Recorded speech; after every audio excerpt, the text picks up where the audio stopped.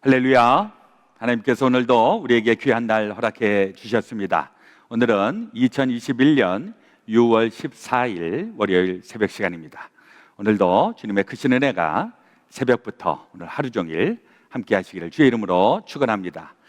저는 뉴저지 그레이스 베델 교회 장학범 목사입니다. 오늘도 주의 말씀을 통하여서 하나님의 크신 은혜 함께 하시기를 주의 이름으로 축원합니다. 오늘 우리에게 주시는 하나님의 말씀 열왕기상 12장 25절로부터 33절 제가 받들어 읽겠습니다. 여로보암이 에브라임 산지에 세겜을 건축하고 거기서 살며 또 거기서 나가서 분우엘을 건축하고 그의 마음에 스스로 이르기를 나라가 이제 다윗의 집으로 돌아가리로다. 만일 이 백성이 예루살렘에 있는 여호와의 성전에 제사를 드리고자 하여 올라가면 이 백성의 마음이 유다 왕 된 그들의 주 르호보암에게로 돌아가서 나를 죽이고 유다의 왕 르호보암에게로 돌아가리로다 하고 이에 계획하고 두 금송아지를 만들고 무리에게 말하기를 너희가 다시는 예루살렘에 올라갈 것이 없도다. 이스라엘아, 이는 너희를 애굽 땅에서 인도하여 올린 너희의 신들이라 하고 하나는 베델에 두고 하나는 단에 둔지라. 이 일이 죄가 되었으니 이는 백성들이 단까지 가서 그 하나에게 경배함이더라. 그가 또 산당들을 짓고 레위 자손 아닌 보통 백성으로 제사장을 삼고 8째 달 곧 그 달 15째 날로 절기를 정하여 유다의 절기와 비슷하게 하고 제단에 올라가되 베델에서 그와 같이 행하여 그가 만든 송아지에게 제사를 드렸으며 그가 지은 산당의 제사장을 베델에서 세웠더라. 그가 자기 마음대로 정한 달 곧 8째 달 15째 날로 이스라엘 자손을 위하여 절기로 정하고 베델에 쌓은 제단에 올라가서 분향하였더라. 아멘. 오늘 우리에게 주시는 하나님의 말씀이십니다. 우리 잠시 기도하겠습니다. 하나님 우리 아버지, 오늘도 우리에게 귀하고 복된 한날의 삶을 허락하여 주시니 감사합니다. 오늘도 주님 우리 안에 계시고 우리가 주의 말씀 안에 거함으로 귀하고 복되고 승리로운 날 되게 하여 주시옵소서. 주의 말씀으로 우리 속사람이 새로워지게 하시고 영의 눈이 밝아지게 하시고 주의 길 보게 하시고 또 하나님의 능력대로 살아가게 도와 주시옵소서. 우리 구주 예수 그리스도의 이름으로 기도드렸사옵나이다. 아멘. 오늘 열왕기상 12장에 있는 말씀, 이스라엘의 역사 가운데에서 가장 어려웠던 시기 가운데의 하나라고 볼 수가 있겠습니다. 나라가 통일국가에서 분열되어서 이제 분열이 막 시작된 그때에 나타났던 일 가운데의 에피소드가 되겠습니다. 그동안에는 사울 또 다윗 솔로몬으로 이어지는 한 100여 년 가량의 통일 국가가 형성이 되었다면 이제 솔로몬이 죽은 다음부터 그 다음서부터는 솔로몬의 아들 르호보암과 또 북쪽의 지파들의 쿠데타로 인하여서 이제 나라가 분열이 되어 갔고 북쪽은 10지파 거기에 지도자는 여로보암이라고 하는 그 지도자가 북쪽을 통치하게 되고 또 남쪽은 솔로몬의 아들 르호보암이 두 지파의 왕이 되어서 이제 나라가 분열된 이런 초기의 모습이 되겠습니다. 이 분열이 된 그 이유는 12장 1절서부터 앞에 부분에 소개가 되어 있습니다. 솔로몬이 그야말로 엄청난 그 나라의 기틀을 잘 마련하고 또 번영하고 또 번성하였는데 그만 북쪽에 있었던 지파들을 중심으로 해서 불만 세력들이 나타나게 된 것이죠. 그래서 이제 솔로몬이 죽은 다음에 르호보암이 왕이 되었을 때에 일종의 협상을 하러 온 것입니다.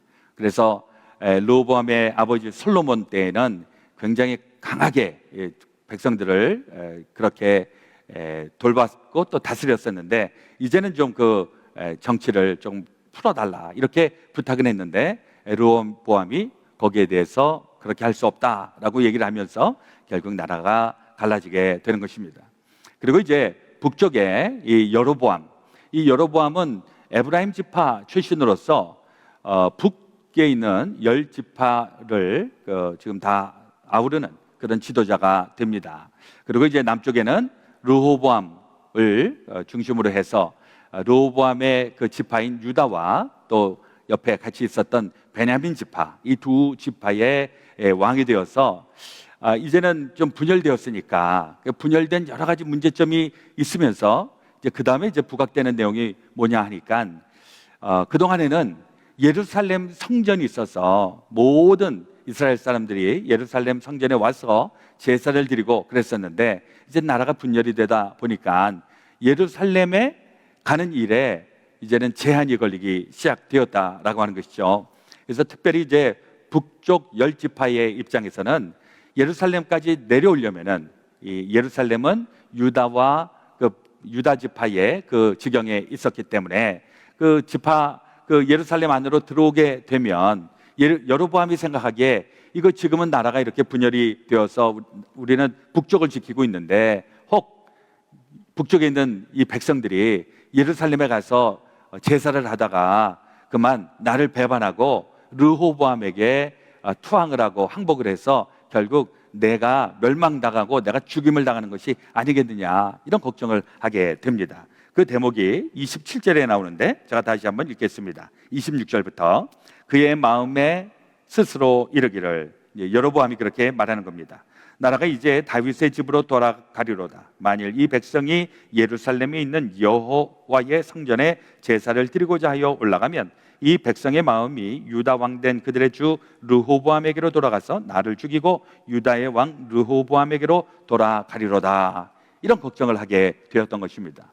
그래서 이제 고안을 해낸 것이 북이스라엘의 남쪽과 또 최북쪽에 두 제단을 쌓고 그리고 이제 거기에서도 제사를 드릴 수 있도록 그렇게 제단을 만들어 놓은 겁니다. 그래서 북쪽에는 단이라고 하는 곳과 또 남쪽으로는 베델이라고 하는 두 곳에 제단을 만들고 그리고 거기에 금송아지를 넣어서 이게 바로 우리의 여호와 하나님이다.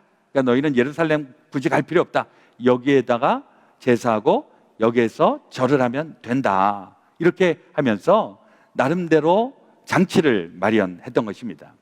그리고 이제 자기가 원래는 이제 레위 사람들을 중심으로 해서 제사장들이 나타나야 되는데 이제는 그 누구든지 아무나 제사장 될 수 있게 하고 그리고 정해져 있는 그 절기에 그 예배를 드려야 되는데 그냥 대충 아무렇게나 절기를 만들어서 제사를 하게 한 것, 이것이 이제 여로보암의 전략이었습니다. 이것을 보면서 결국은 여로보암은 하나님의 마음에 합당하지가 않았다는 거죠. 그래서 결국 여로보암은 폐위되는 그 아주 직접적인 원인 가운데 하나를 맞이하게 됩니다.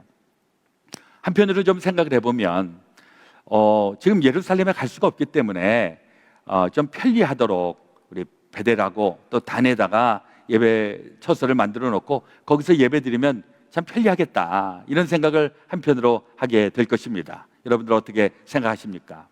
그런데 여기에 한 가지 문제가 있었다라고 하는 것이죠.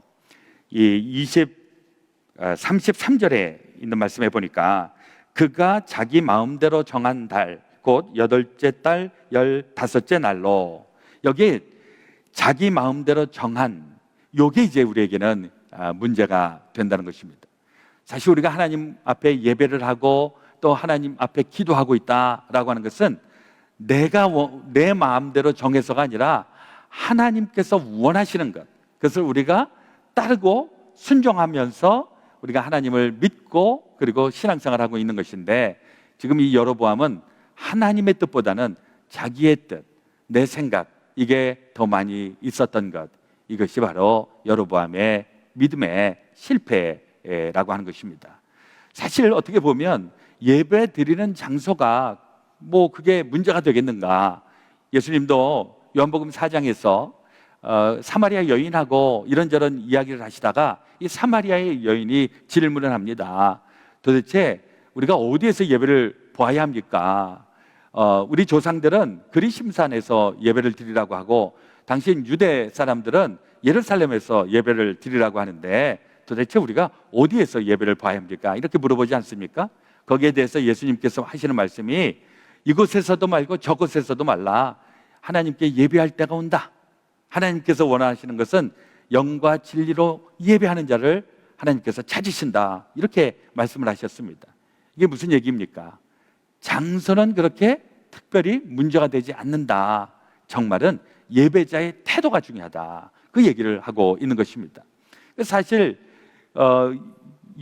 이스라엘의 왕 여로보암의 입장에서는 예루살렘으로 갈 수 없기 때문에 베델이라든지 단이라든지 이곳에다가 예배당을 만들어 놓고 그리고 거기에서 제사를 하게 하니까 참 편리하구나, 참 합리적이로구나, 이렇게 또 정당화할 수도 있겠습니다. 그러나 여기에서의 문제점은 아까 언급한 대로 자기가 정한 대로, 자기의 뜻대로, 이게 지금 걸림돌이 되는 것입니다. 우리 신앙생활 하면서도 사실 이게 늘 옥신각신합니다. 내가 원하는 것과 하나님의 뜻, 내가 원하는 것과 하나님의 뜻이 일치하고 있으면 얼마나 좋습니까? 신바람이 나고 그렇게 신앙생활하면 어려울 일이 없겠습니다. 그런데 하나님이 원하는 것과 내가 원하는 게 다를 때, 이럴 때 정말 무엇을 해야 될 것인가, 이건 우리가 분별해야 될 줄로 믿습니다.